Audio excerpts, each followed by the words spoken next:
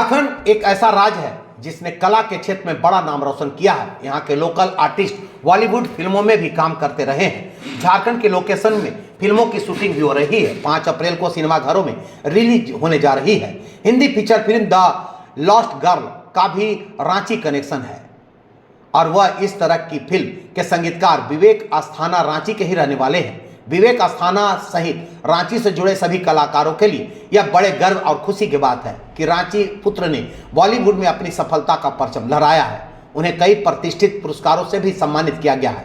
बता दें कि फिल्म द लॉस्ट गर्ल में टेलीविजन शो श्रीमद् रामायण में सीता का किरदार निभा रही एक्ट्रेस प्राची बंसल ने प्रमुख भूमिका निभाई है।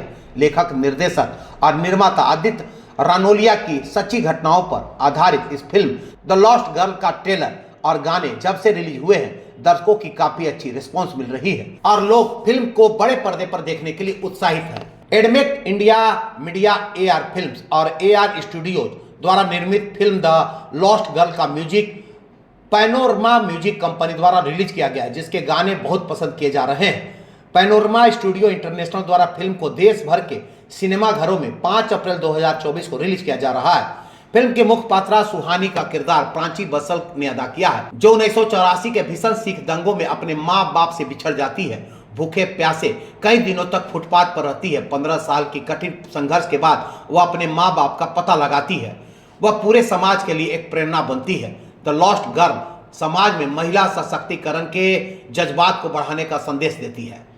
फिल्म में सुहानी के बचपन का रोल अरुणिका रानोलिया ने निभाया है। साथ ही भूपेश सिंह, पूनम जांगड़ा, रमन नासा, नवीन निषाद इत्यादि ने महत्वपूर्ण भूमिका निभाए हैं। कहानी के हिसाब से गाना किया तो मुझे जो भी डायरेक्टर्स आदित्य जी और इन्होंने प्रभा जी ने पहले से बाउंड स्क्रिप्ट दी और उसको लेकर के जो भी प्लॉट पॉइंट्स हैं जहाँ पे फिल्म टर्न करती है, जितनी ज़रूरत है उसके हिसाब से ही गाना रखा गया है। आप अगर जैसे रब्बा जो बहुत सराहा जा रहा है, तो उस गाने में आप देखेंगे जो मोन्टाजेस हैं, मतलब जो फिल्म की जो चीज़ें हैं, कथानक है, वो उस पूरे गाने में कई सीन को बढ़ाता है। उस पूरे फिल्म की मतलब ऐसा नहीं कि आकर के जस्ट एक गाना देना है, मतलब उसमें एक कहानी आगे बढ़ती है। वो कई सीन को, इसी तरह लीलो की साइकिल बिल्कुल मस्ती का गाना है, तो उसमें भी शादी वगैरह को लेकर के जो फिल्म की, और उसमें वो फ्लैश में आप गाने के बीच में देखेंगे कि 2 प्रोटेगोनिस्ट है, जो मुख्य भूमिका में लड़की है प्राच, वो अपने फ्लैश में बचपन को याद कर रही है। एक लोरी है, लोग बहुत अच्छे उस पर आ रहे हैं कि बहुत दिन के बाद अच्छी लोरी आई, तो इस तरीके से उसमें भी कहानी आगे बढ़ती है। तो ये सबसे अच्छी बात है कि गाने को थोपा नहीं गया है, गाना कहानी को आगे बढ़ाता है। सर कुछ सुना दीजिए। अपने पास तो टीजर है, टीजर है, वो भी 2 लाइन में ऐसा सुना। रब तू ही बता, इनके मुंह से सुन रब्बा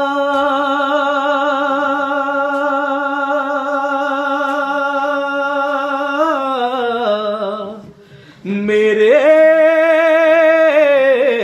रब्बा रब्बा मेरे रब्बा,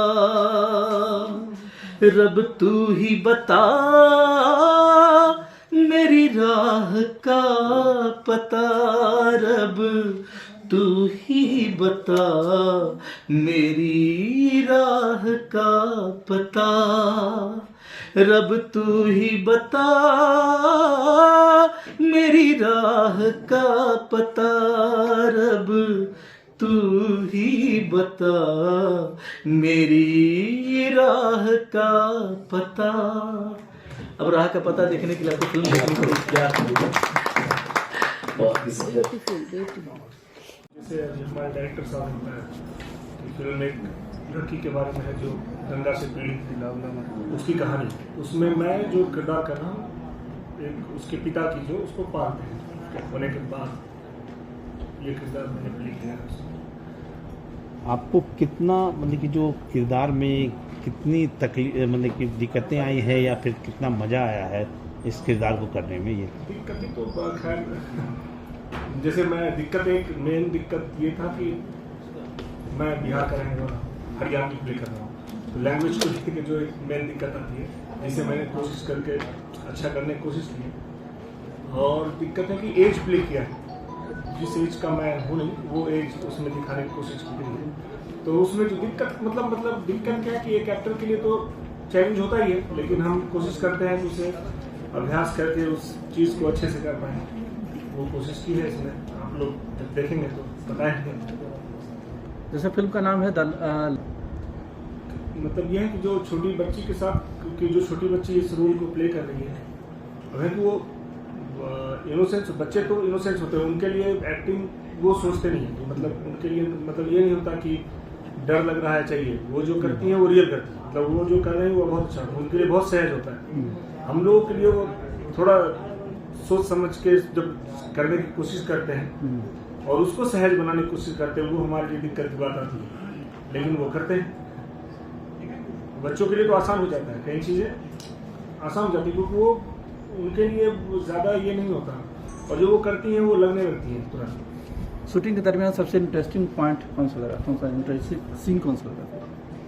बहुत सारे पॉइंट्स हैं उसमें, तो कुछ एक चीज़ें यादें हैं कि इंटरेस्टिंग की हम लोग कई ऐसे कैरेक्टर थे, कहीं से घटनाएं घट जाती थी चीज़ों के लेके, कई जैसे हम लोग काफ़ी काम उसमें जो एक्टर्स हैं, जो वहाँ के लोकल एक्टर्स भी हैं साथ में, जो वहाँ के रहने वाले हैं, जो रेगुलर वहाँ थिएटर करते हैं लेकिन रेगुलर एक्टिंग प्रोसेस में नहीं है, तो उन लोगों को लगता था जैसे हम लोग एक्ट कर रहे हैं कभी सीन में, तो कई सारे वो थे उनको लगता था कि मैं हर सीन में रहूँ, तो वो कोशिश करते थे कि जब हम लोग का सीन चल रहा है तो वो बीच में आ जाते थे कि मुझे नहीं शूट कर रहे, मतलब मेरा सीन अभी नहीं आया, तो उनको ये नहीं पता होता था कि एक सिलसिलेवार ढंग से कहानी चलती है उसमें, तो वो लोग कभी भी कहीं भी आ जाते। एक तो हरियाणा है, हरियाणा का आपने सुना ही हुआ, ह्यूमर बहुत अलग होता है, तो उनको समझाने पर भी कुछ बोल देते थे, वो उनको समझा भी नहीं सकते थे ऐसे करके, तो वो इंटरेस्टिंग लगता था, क्योंकि हम लोगों ने तभी तक सुना था उनके कि इतना अच्छा ह्यूमर होता है, और वो देखा हमने सामने,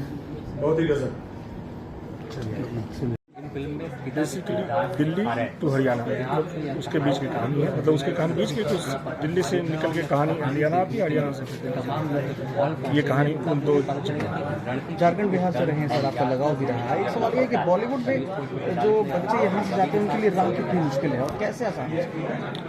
देखिए मुश्किल तो है रहा, लेकिन आसान हो सकता है कि आपके ट्रेनिंग से आप जो काम करना चाहते हैं उसको सीखिए। जैसे हम इंजीनियर बनना चाहते हैं तो सीखना पड़ता है, डॉक्टर बनना चाहते हैं तो एक्टिंग भी वही चीज़ है, एक्टिंग भी एक सीखने की चीज़ है, जिसके लिए इंस्टीट्यूट आजकल मतलब दो तो प्रॉपर है, FTI और MST प्लस अगर वो चीज़ में आप नहीं हो पाता है तो आप करना अगर चाहते हैं तो फिट रखिए, जहाँ है वहीं से शुरू कीजिए, लोगों के साथ जुड़िए, चाहे खुद कीजिए, तो लगातार करते रहिए, यही एक है साधन। आपने बहुत सारी फिल्म से काम किया है, गई जो मसान है, कैसा रहा?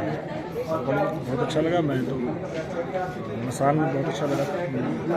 बाबा सेपुर में मैंने गाना भी गाया है, एज ए सिंगर भी मैं उसमें हूँ, जो यशपाल शर्मा गाते हैं गाना, वो सारा गाना मैं।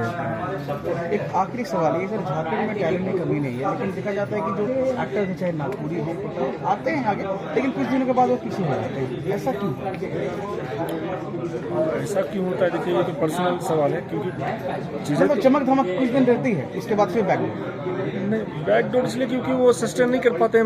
अगर मैं एज एन एक्टर अगर अच्छा काम नहीं करूँगा या अच्छे लोगों के साथ काम नहीं करूँगा तो चीज़ें बैकडोर हो जाएंगी। बड़े बड़े लोगों के साथ भी होता है, चाहे मैं झारखंड से या बिहार से हूँ, इसके लिए नहीं, तो क्योंकि वो देखने वाले भी तो हम ही लोग हैं ना, जो आदमी कर रहा है और देखने वाले सब हम ही लोग हैं, तो हम ही लोग किसी को डिसाइड करते, मतलब जो हमें अच्छा लगता है उन्हें देखते रहते हैं, जो धीरे धीरे वो तो होता है, हर फील्ड में होता है वो चीज़ें। कहीं जगह रिटायरमेंट होती है, कई जगह आदमी पहले से निकल जाता है।